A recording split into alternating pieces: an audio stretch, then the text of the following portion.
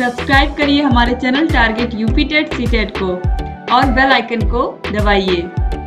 Hello दोस्तों, मैं आनंद स्वागत करता हूं आप सभी का आपके अपने चैनल और app target UP TET CTET में। दोस्तों यहां पे देखिए हम आपके डीएलएड थर्ड सेमेस्टर के जो नया राजन सीरीज है 2024 संस्करण का, उसके सभी महत्वपूर्ण प्रश्नों को डिस्कस कर रहे हैं। सभी बहुविकल्पीय प्रश्नों को हम डिस्कस कर चुके हैं और सभी अति लघुत्तरीय प्रश्नों को यहाँ पे हम डिस्कस कर रहे हैं। ये प्रश्न आपके परीक्षा में पूछे गए हैं और दोबारा पूछे जाएंगे और ऐसे भी प्रश्न यहाँ पे मैं डिस्कस कर रहा हूँ जो आपके परीक्षा में पूछे जा सकते हैं। तो सभी प्रश्न बहुत ही महत्वपूर्ण है। सभी प्रश्नों को आप ध्यान से पहले खुद सॉल्व करिएगा। अगर नहीं सॉल्व हो पाता है तो मेरे सोल्यूशन को देखिएगा, ठीक है। तो खुद से पहले सॉल्व करके कमेंट करना है, कॉपी पेन लेकर के आपको बैठना ही बैठना है, सॉल्व करना है प्रश्नों को। और इससे पहले की क्लासेस अगर आपने नहीं देखी है तो नीचे डिस्क्रिप्शन में लिंक दिया गया है, वहां से जाकर के देख सकते हैं और अपनी तैयारी को बिल्कुल बेहतरीन कर सकते हैं। सभी जो सब्जेक्ट्स हैं, सभी सब्जेक्ट्स आपको पढ़ाए गए, सभी सब्जेक्ट्स का लिंक नीचे डिस्क्रिप्शन बॉक्स में दिया गया है। तो चलिए यहाँ पे स्टार्ट करेंगे। पिछले क्लास में हमने प्रश्न संख्या 20 तक देख लिया था। इसके बाद हम लोग इस क्लास में प्रश्न संख्या 21 से देखने वाले हैं। देखिए प्रश्न संख्या 21 क्या कह रहा है, cube root of -64 into cube root of 729 का मान ज्ञात कीजिए। मतलब कि घनमूल निकालना है -64 का, ऋण 64 का, और फिर घनमूल निकालना है 729 का। तो देखिए किसी भी संख्या का घनमूल क्या होता है, वह संख्या होती है जिसका 3 बार गुणा करने पे हमें ये संख्या प्राप्त हो जाए। तो देखिए हम जब 4 का 3 बार गुणा करते हैं तो हमको क्या मिलता है, 64 मिलता है। 4 चौक 16 और 16 चौक 64। अब यहीं पे अगर ऋण 4 का देखिए 3 बार गुणा होगा तो ऋण का 3 बार गुणा हो रहा है, यानी कि ऑड बार विषम बार गुणा हो रहा है तो ऋण लगेगा, और 64 यानी कि यहाँ पे जो घनमूल निकालना हमको ऋण 64 का, वह आ जाएगा ऋण 4 और फिर गुणे 729। देखिए 9 का क्यूब होता है 81 और 81 का क्यूब 81 का गुणा 9 में करेंगे फिर तो आपको मिल जाएगा 729, यानी कि हो जाएगा 9। फिर गुणा कर लीजिए, 9 चौक 36 और ऋण 36, यानी कि वैल्यू कितनी आ गई, -36। इसकी वैल्यू आ जाएगी -36। इसके बाद देखिए प्रश्न संख्या 22 से निम्नांकित चित्र में कोण PQS 35 अंश। ये चित्र है एक वृत्त का और वृत्त में आप ये जीवा PQ देख पा रहे हैं। इसी तरीके से ये फिगर आप बना हुआ देख पा रहे हैं। हम यहाँ पे कोण PQS, P यहाँ है, Q और S, ये कोण जो है वह 35 अंश का दिया हुआ है तथा कोण QRP 40 अंश है। QRP ये वाला कोण जो है वह 40 अंश है। तो कोण SPQ यानी कि इस पूरे कोण का मान आपको ज्ञात करना है, ठीक है। अब पहले तो फिगर को आपको पूरा अच्छे से देखना है कि कहां से हम क्या ज्ञात कर सकते हैं। तो देखिए आपको यहाँ पे दिख रहा है एक जीवा जो है वह PQ है और इसी जीवा के माध्यम से कुछ सिमिलर चीजें दिख रही हैं कि इसी जीवा के माध्यम से यहाँ R बिंदु पे कोण बन रहा है और इसी जीवा के माध्यम से यहाँ पे S बिंदु पे कोण बन रहा है, ठीक है। ये चीजें आप देख पा रहे हैं, PQ के द्वारा ही ये दोनों कोण आंतरित हो रहे हैं, ठीक है। तो आप लिखेंगे किसी भी वृत्त में जो एक ही जीवा के द्वारा एक ही वृत्तखंड में बने कोण होते हैं वह बराबर होते हैं, यानी कि कोण QSP बराबर हो जाएगा कोण PRQ। क्या दिया गया है आपको, QRP। तो कोण QRP जो कि जिसका मान हमको दिया गया है कितना अंश है, 40 अंश है। तो यहाँ से हमारे इस कोण का मान, कोण QSP इसका मान कितना हो गया, इसका मान हो गया 40 अंश इसके बराबर। अब इसके बाद देखिए यहाँ पे अगर हम त्रिभुज की बात करें, त्रिभुज QSP यानी कि ये वाला त्रिभुज, इस त्रिभुज की अब हम बात कर रहे हैं।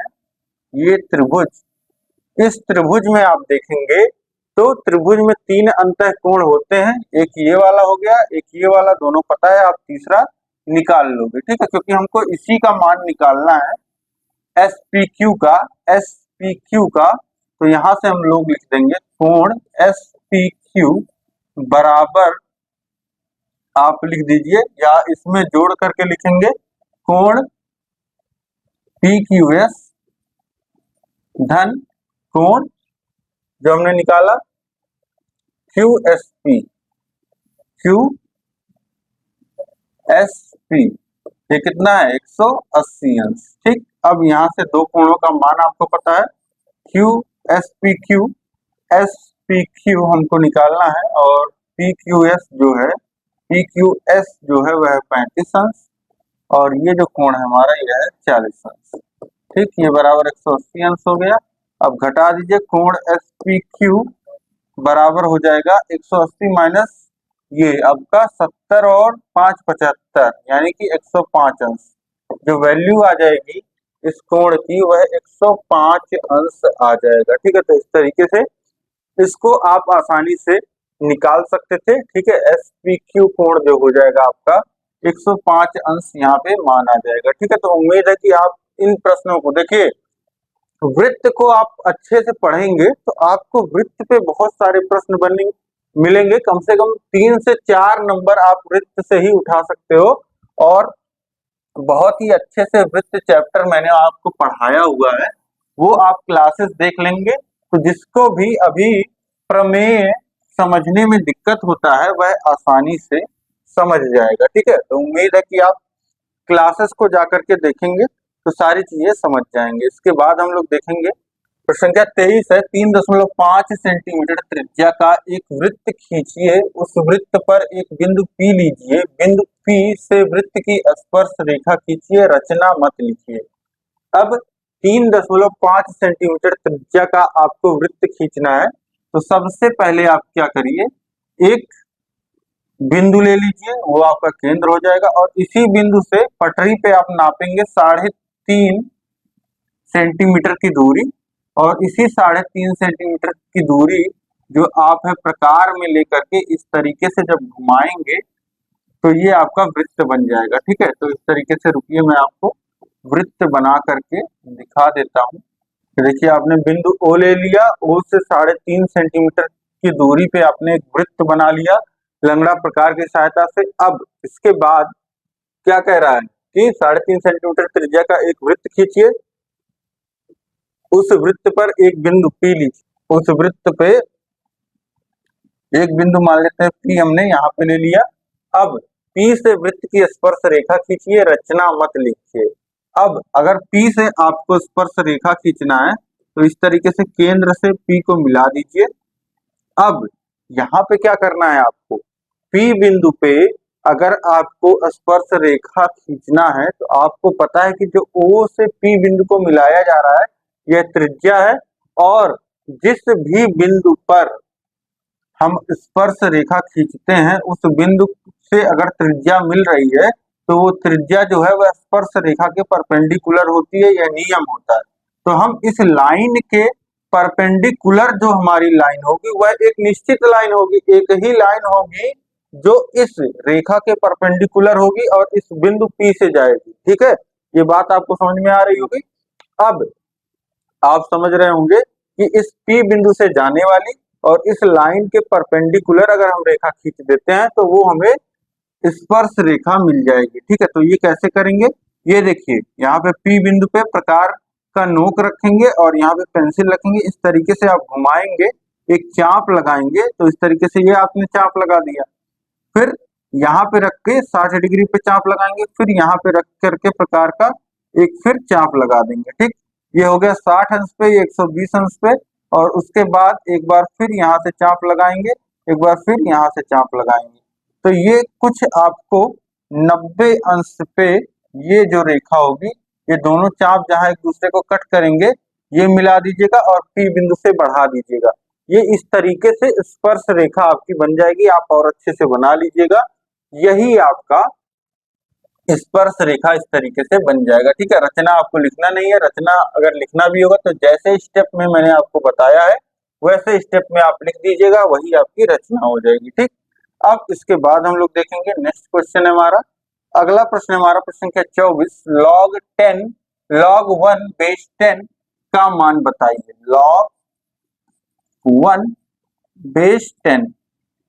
अब देखिए इसको सॉल्व करने के लिए हमको log का एक नियम पता होता है। log a/a इसका जो मान होता है वह 1 होता है। तो अब इसी में कन्वर्ट करने की हम कोशिश करेंगे। कैसे कन्वर्ट करेंगे, देखिए log 1 को क्या लिखा जा सकता है। देखिए आपको पता है कि किसी भी संख्या के घात में अगर शून्य लगा हो तो उसका मान 1 आता है।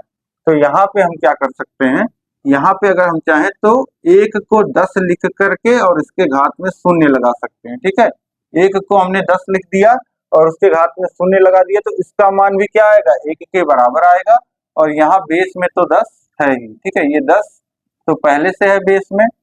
अब आप देख पा रहे होंगे कि ये log 10/10 है। और इससे पहले भी एक नियम आप लगा दीजिए, अगर log में m के घाते n लिखा होता है तो इसको लिखते हैं n log m। ठीक है, ये लिखा जाता है। तो यहाँ पे देखिए 10 के घाते शून्य है तो ये हो जाएगा 0 गुणे log 10/10।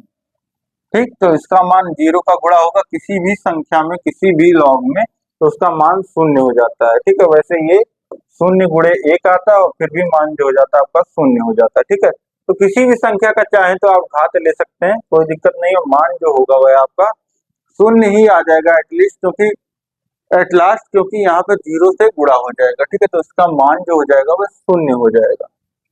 इसके बाद देखिए प्रश्न संख्या 25 है, यदि a इतना है और b इतना है तो a इंटरसेक्शन b ज्ञात कीजिए। अब यहाँ पे a एक सेट दिया गया है, मतलब a में देखिए 6, 8 और 11 ये 3 एलिमेंट्स हैं, 3 अवयव हैं।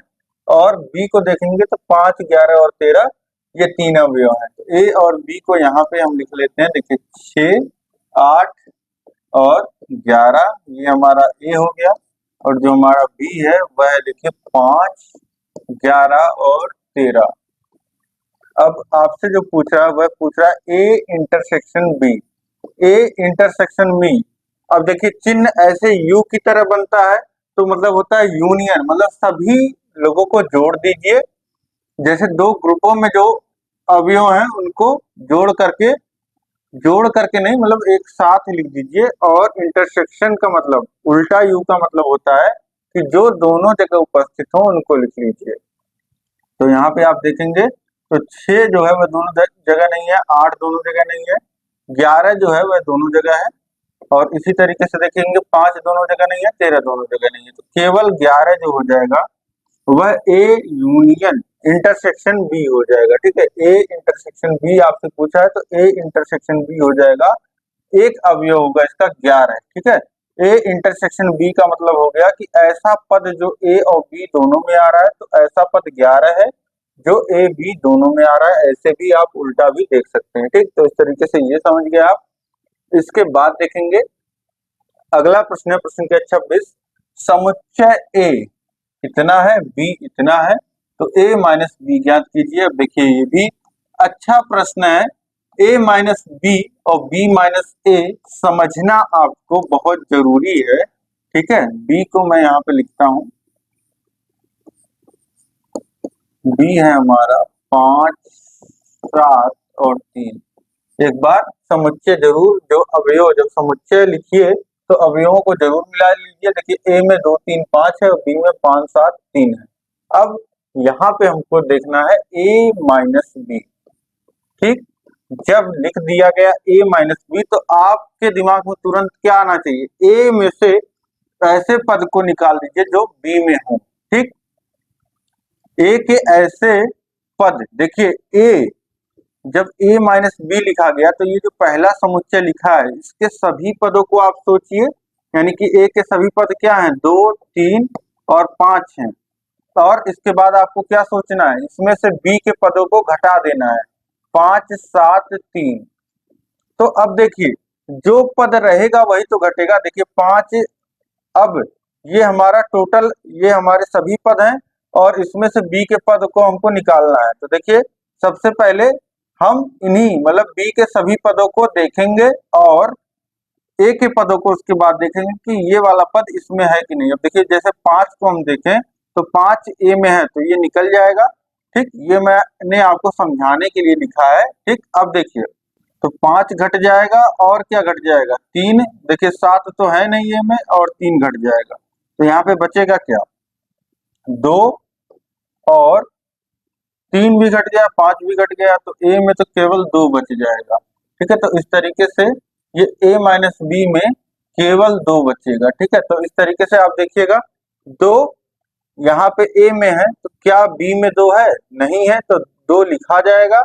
और फिर इसके बाद देखेंगे 3 a में है क्या b में है, हाँ तो ये निकल जाएगा। और 5 भी b में है तो ये भी निकल जाएगा। तो इस तरीके से ये आपका a माइनस बी जो हो जाएगा यह उत्तर आ जाएगा। ठीक है, ये तो मैंने आपको समझाने के लिए लिख दिया था। a माइनस बी इस तरीके से आप निकाल लोगे।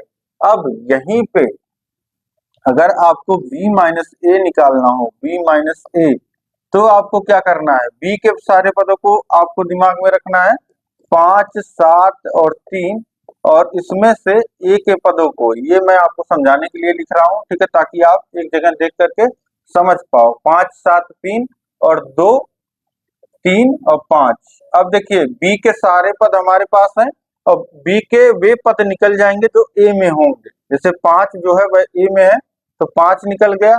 अब 7 a में नहीं है तो 7 लिखा जाएगा।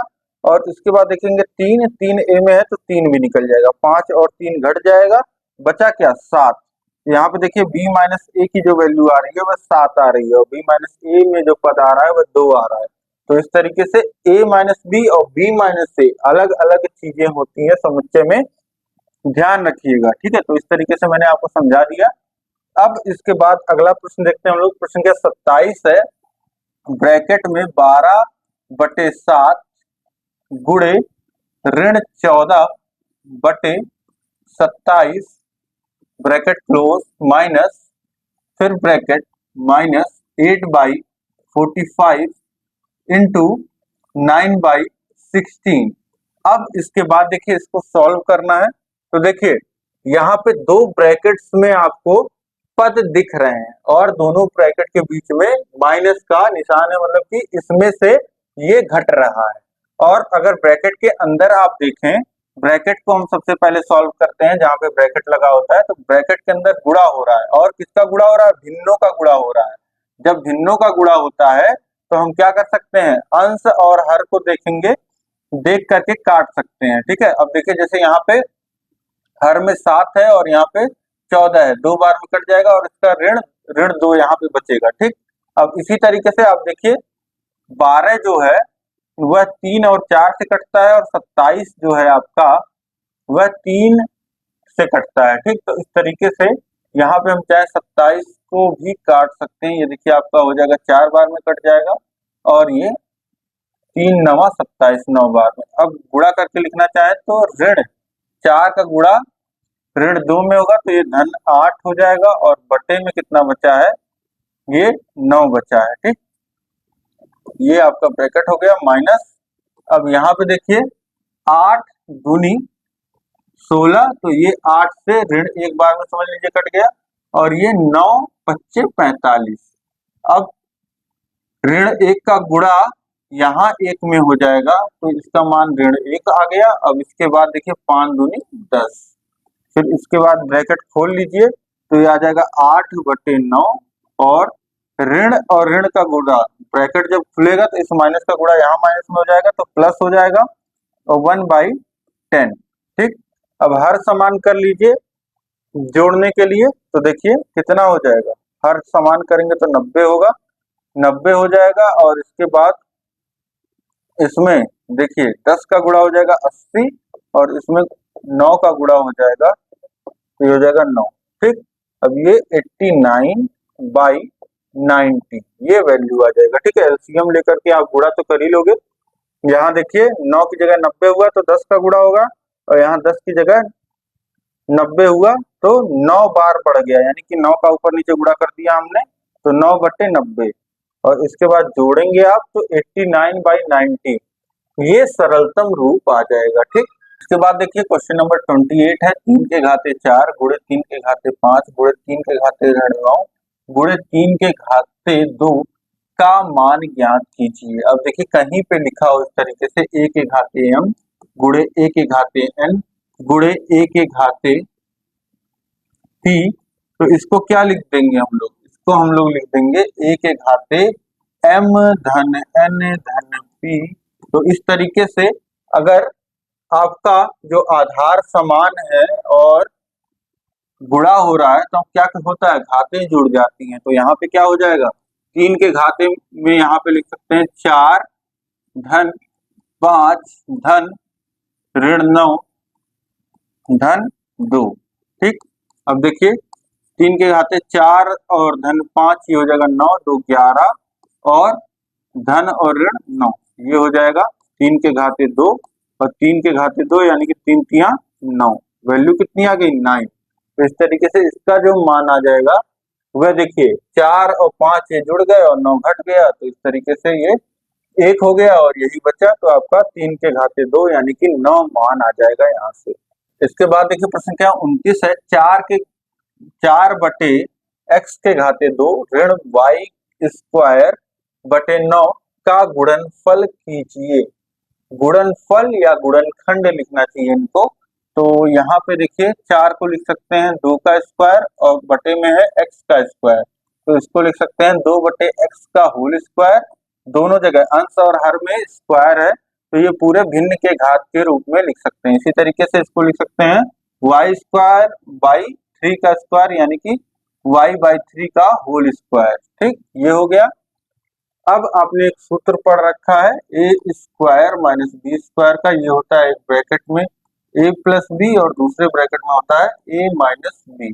ठीक, तो वही यहाँ पे लगा दीजिए, a की जगह है 2 बटे एक्स और b की जगह है y बटे 3, तो ये हो गया आपका a प्लस बी और दूसरे ब्रैकेट में a माइनस बी लिखना है तो a लिखिए 2 बटे एक्स और माइनस b लिखिए y बटे 3।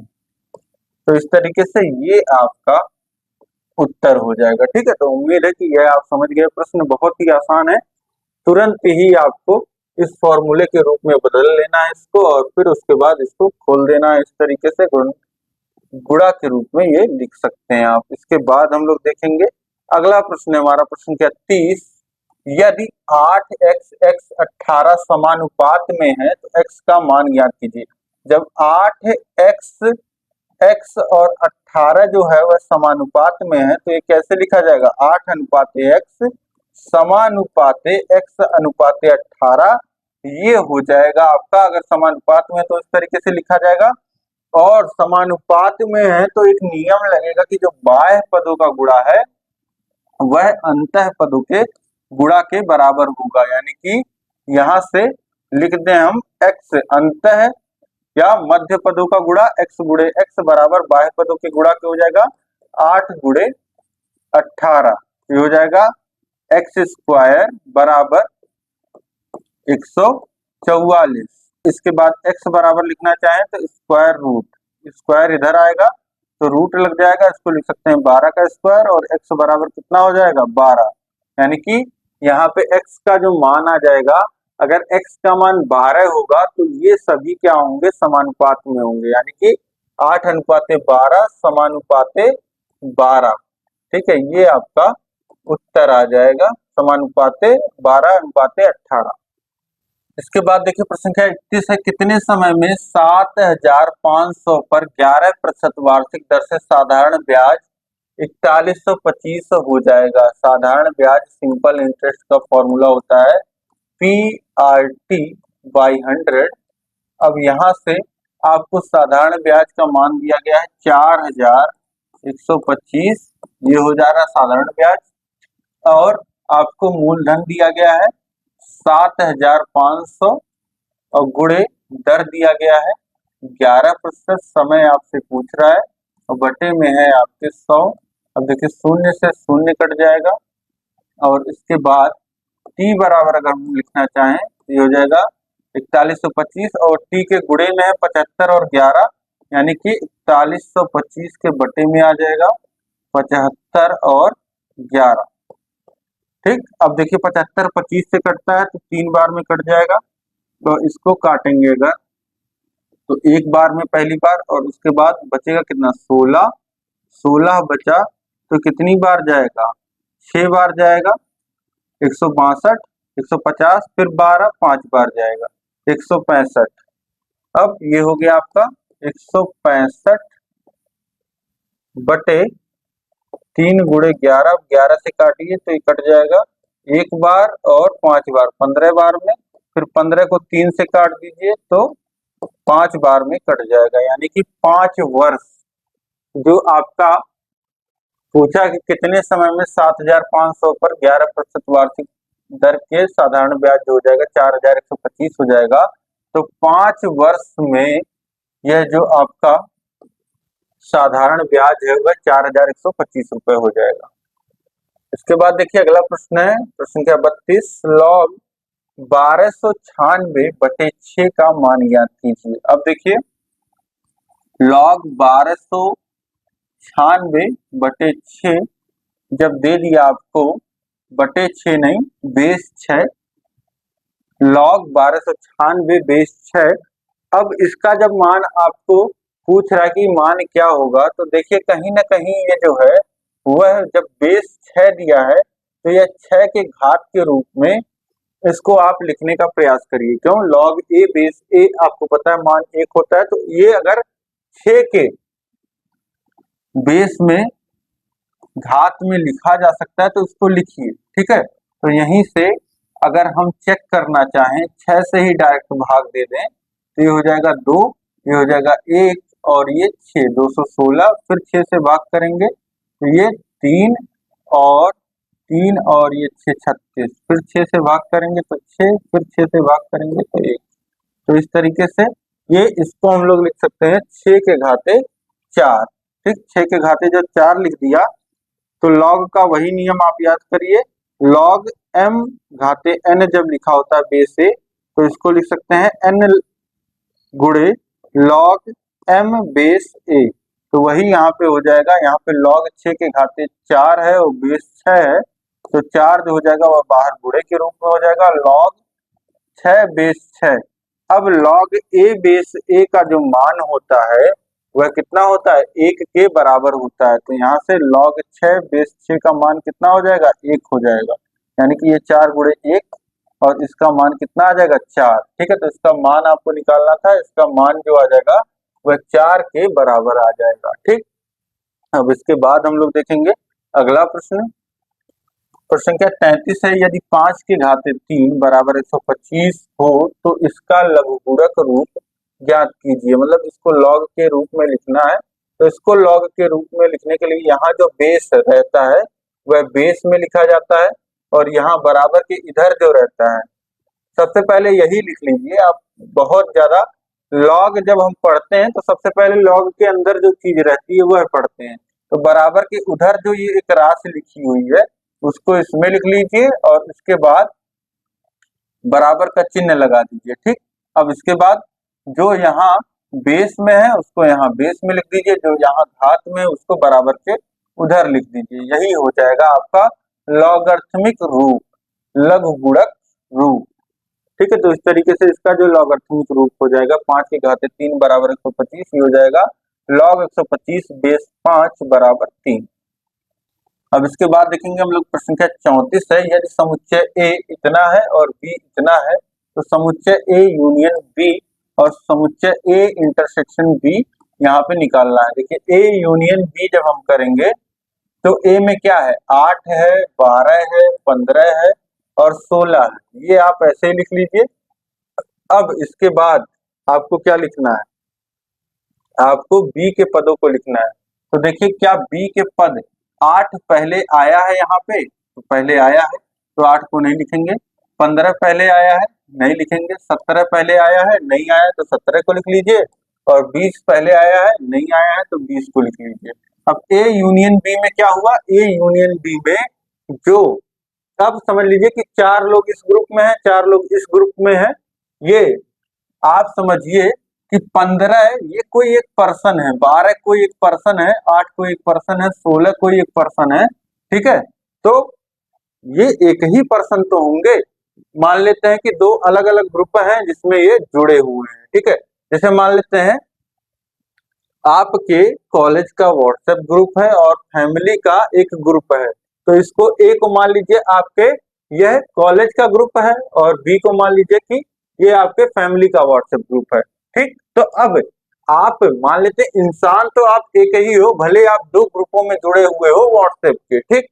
तो जब अब मान लेते हैं कि ग्रुप ऐसा बन रहा है कि आपके कॉलेज के भी सभी बच्चे रहेंगे, ये ग्रुप और ये ग्रुप मर्ज करके एक ग्रुप बनाया जा रहा है, मतलब इसमें के जो सभी लोग हैं और इसमें के जो सभी लोग हैं उसका एक ग्रुप बनाया जा रहा है।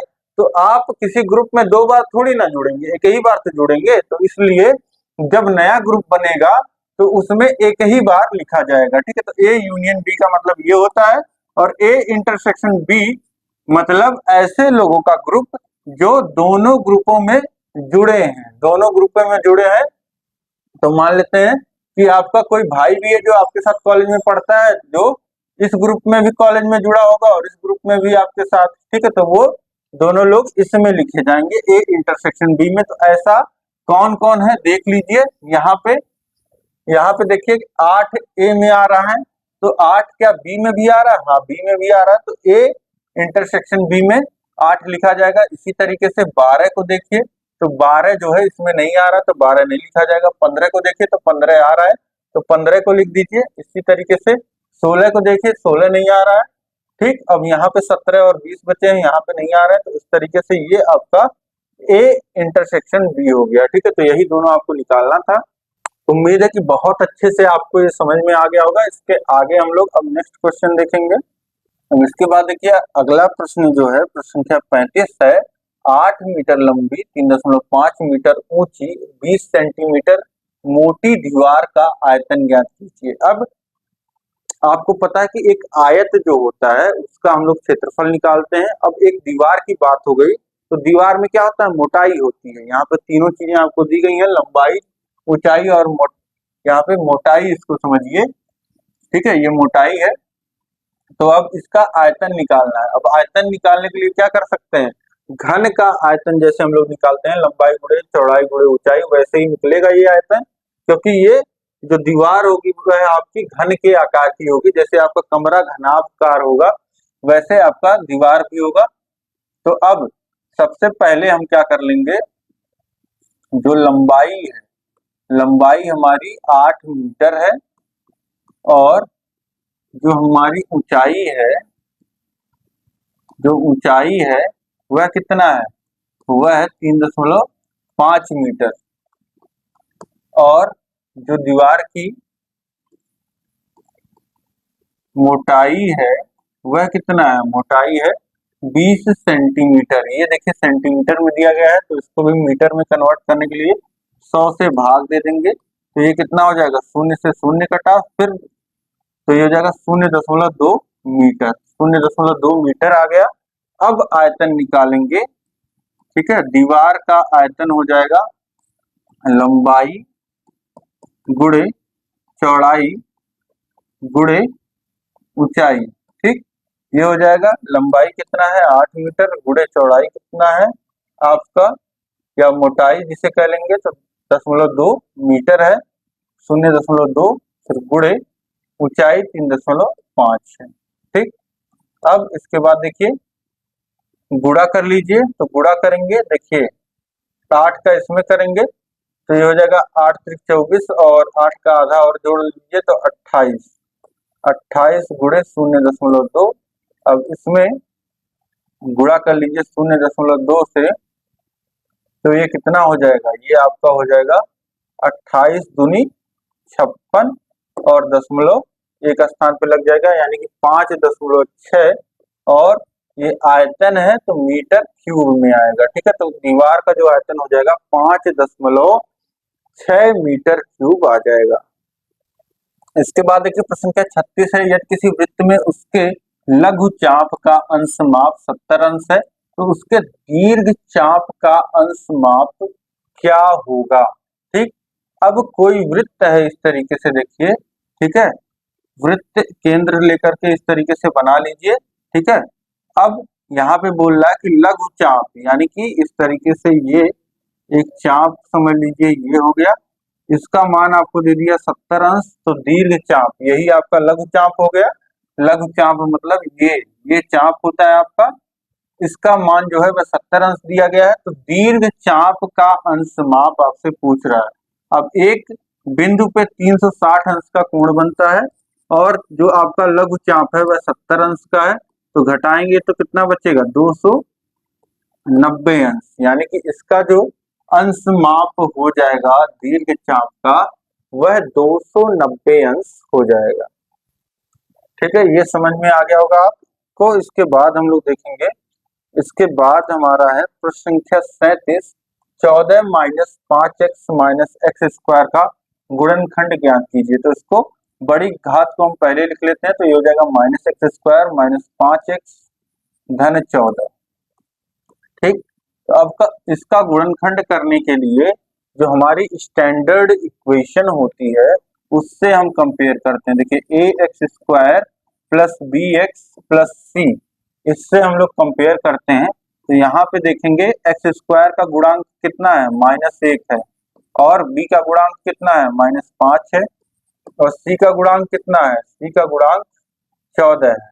ठीक, तो इस तरीके से ये हो गया। अब यहाँ पे हम लोग क्या निकालते हैं, a इंटू सी निकालते हैं। a इंटू सी निकालेंगे तो -1 गुणे 14 -14 हो जाएगा, और फिर जो हमारा b है, b -5 है, इसको इस तरीके से दो पदों में तोड़ने का प्रयास करते हैं कि गुणा करने के बाद -14 आए और जोड़ने के बाद -5 आए। ठीक, तो एक पद हमको नेगेटिव रखना पड़ेगा तभी -14 आएगा। तो -7 और 2 अगर रख लेते हैं तो गुणा करने पे -14 आएगा, और जोड़ देंगे तो वही हमारा -5 आ जाएगा। तो अब यहाँ से आप समझ लीजिए कि इसको कितना लिख सकते हैं, इसको लिख सकते हैं -x स्क्वायर और -7x धन 2x, यहीं से -7x धन 2x, क्योंकि -5x को हम लिख सकते हैं -7x धन 2x। ये करने के बाद हमारा गुणनखंड जो है वह करना आसान हो जाता है। ये कैसे आसान हो जाएगा, आप देखिए -x हम कॉमन ले लेंगे तो क्या बचेगा, x धन 7, दोनों जगह से माइनस कॉमन हुआ और दोनों जगह से x कॉमन हुआ। इसके बाद 2 कॉमन ले लीजिए तो x धन 7 बचेगा। अब दोनों जगह x धन 7 बचा है तो x धन 7 कॉमन ले लेंगे तो क्या बचेगा, x धन 7 हमने कॉमन ले लिया तो यहाँ बचा -x, यहाँ पे 2, तो इसको लिख सकते हैं -x धन 2 या फिर 2 -x, इस तरीके से भी लिखा जा सकता है। तो यही आपका उत्तर हो जाएगा। ठीक है, यही गुणनखंड हो जाएगा, यही आपको करना था। तो बहुत ही आसानी से कोई भी पद होगा अब तो आप गुणनखंड कर पाएंगे। ठीक है, तो बहुत सारे गुणनखंड मैं आपको प्रैक्टिस कराऊंगा आगे इसी तरीके से। तो बहुत ही आसान होता है गुणनखंड करना, आप इजीली कर लोगे। ठीक है, ये बात मेरी आप मानिए, इसको बस प्रैक्टिस करने की जरूरत होती है। जैसे ही आप 10 गुणनखंड लगा लोगे, 10 गुणनखंड के प्रश्न आपने जैसे ही लगा लिए, आपको गुणनखंड बहुत अच्छे से समझ में आ जाएगा। ठीक है, और वैसे भी मैं आपको हर एक प्रश्न जो है वह एक्सप्लेन करके ही कराता हूँ, ताकि जिसको भी दिक्कत भी है वह भी सॉल्व कर ले। इसके बाद देखिए प्रश्न संख्या 38 है, एक्स स्क्वायर प्लस 8x धन 17 में x धन 3 से भाग देकर भागफल तथा शेषफल ज्ञात कीजिए। अब देखिए x धन 3 से हमको भाग देना है एक्स स्क्वायर धन 8x धन 17 में, तो भाग दे करके देख लीजिए। अब इसके दोनों जिससे भाग दे रहे हैं उसका पहला पद और जिसमें भाग दे रहे हैं उसके पहले पद को हमको बराबर करना है। तो हम x में किससे गुणा कर दें कि एक्स स्क्वायर हो जाए, तो x से ही गुणा कर देंगे तो एक्स स्क्वायर हो जाएगा। यानी कि यहाँ पे x धन 3 में x से गुणा करेंगे तो हो जाएगा एक्स स्क्वायर, और 3 में गुणा होगा तो 3x। अब इसके बाद घटा दीजिए तो ये एक्स स्क्वायर का पद खत्म, और यहाँ भी घटेगा क्योंकि घटाने में दोनों चीज धन वाले ऋण में परिवर्तित होंगे, तो ये बच जाएगा 5x और धन 17 उतर जाएगा। अब देखिए पहले पद को हमको 5x बनाना है, तो धन 5 से यहाँ पे गुणा हो जाएगा, ये हो जाएगा 5x, और ये 3 का गुणा 5 में होगा तो 15। फिर इसके बाद घटा दीजिए तो ये पूरा पद खत्म और ये भी घटेगा तो ये 2 बच जाएगा, यानी कि आपका जो भागफल आ जाएगा वह x-5 आ जाएगा। ये हमारा भागफल हो गया, ठीक, ये भागफल हो गया और जो हमारा शेषफल हो गया वह 2 हो गया, 2 हमारा शेषफल हो गया। ठीक है, तो उम्मीद है बहुत ही आसान है भाग देना, बस आपको पहले पद को ध्यान में रखना, पहले पद से एलिमिनेट करते जाना है। ठीक, तो आसान है, समझ में आ गया होगा। अब इसके बाद आगे का प्रश्न हम लोग देखेंगे, प्रश्न संख्या 39 देखिए क्या लिखा है। किसी कक्षा की 8 बालिकाओं की ऊंचाई सेंटीमीटर में क्रमशः ये है तथा आंकड़ों की माध्यिका ज्ञात कीजिए। अब ये आंकड़े दिए गए हैं, 8 बालिकाओं की ऊंचाइयां दी गई हैं, ठीक, इसकी माध्यिका आपको निकालना है। तो जब भी आपको माध्यिका निकालना है तो पहला काम जो आपको फर्स्ट स्टेप करना होता है, स्टेप 1 जो आप करोगे वह क्या करोगे, वह एक क्रम में आप संख्याओं को लगा लेंगे, चाहे बढ़ते क्रम में लगा लीजिए, चाहे घटते क्रम में लगा लीजिए, चाहे किसी क्रम में आप लगा लीजिए, लेकिन संख्याओं को एक क्रम में आप लगा लीजिए। ठीक, अब क्रम में यहाँ पे लगाएंगे तो सबसे छोटी हाइट क्या है, यहाँ पे देखिए 135 है, 133 है, तो यहाँ पे बढ़ते हुए क्रम में हम लगा रहे हैं, 133 हमने लिख लिया। इसके बाद देखिए 133 के बाद 135 है, 133 के बाद 135 आ रहा है, 135 के बाद अगर हम देखें तो 137 हमको मिल रहा है और 138 मिल रहा है। ठीक है, ये 4 हमारे हो गए, 133, 135, 137, 138। इसके बाद देखेंगे तो 140, 142, 148, 150 ये आ रहा है। ठीक है, 140, 142, 148 और 150, ये 8 संख्याएं हो गई। इसके बाद आप क्रम में लिखने के बाद भी देख लीजिएगा कितने संख्याएं आपने लिखी हैं, तो 8 बालिकाओं का दिया था, 8 का हमने लिख लिया। अब जो दूसरा स्टेप होता है हमारा, बस हम देखते हैं कि कितनी संख्या है, n कितना है, 8 है, जो कि एक सम संख्या होता है, एक इवन नंबर होता है। तो इवन के केस में क्या होता है, इवन के केस में माध्यिका का जो फॉर्मूला लगता है वो फॉर्मूला यहाँ पे आप देख लीजिए, माध्यिका बराबर हो जाता है, माध्यिका बराबर हो जाता है n बटे 2वें पद का मान धन n बटे 2 धन 1, ये एक अलग से जुड़ा है, अंश में नहीं जुड़ा है, ये ध्यान रखिएगा। वे पद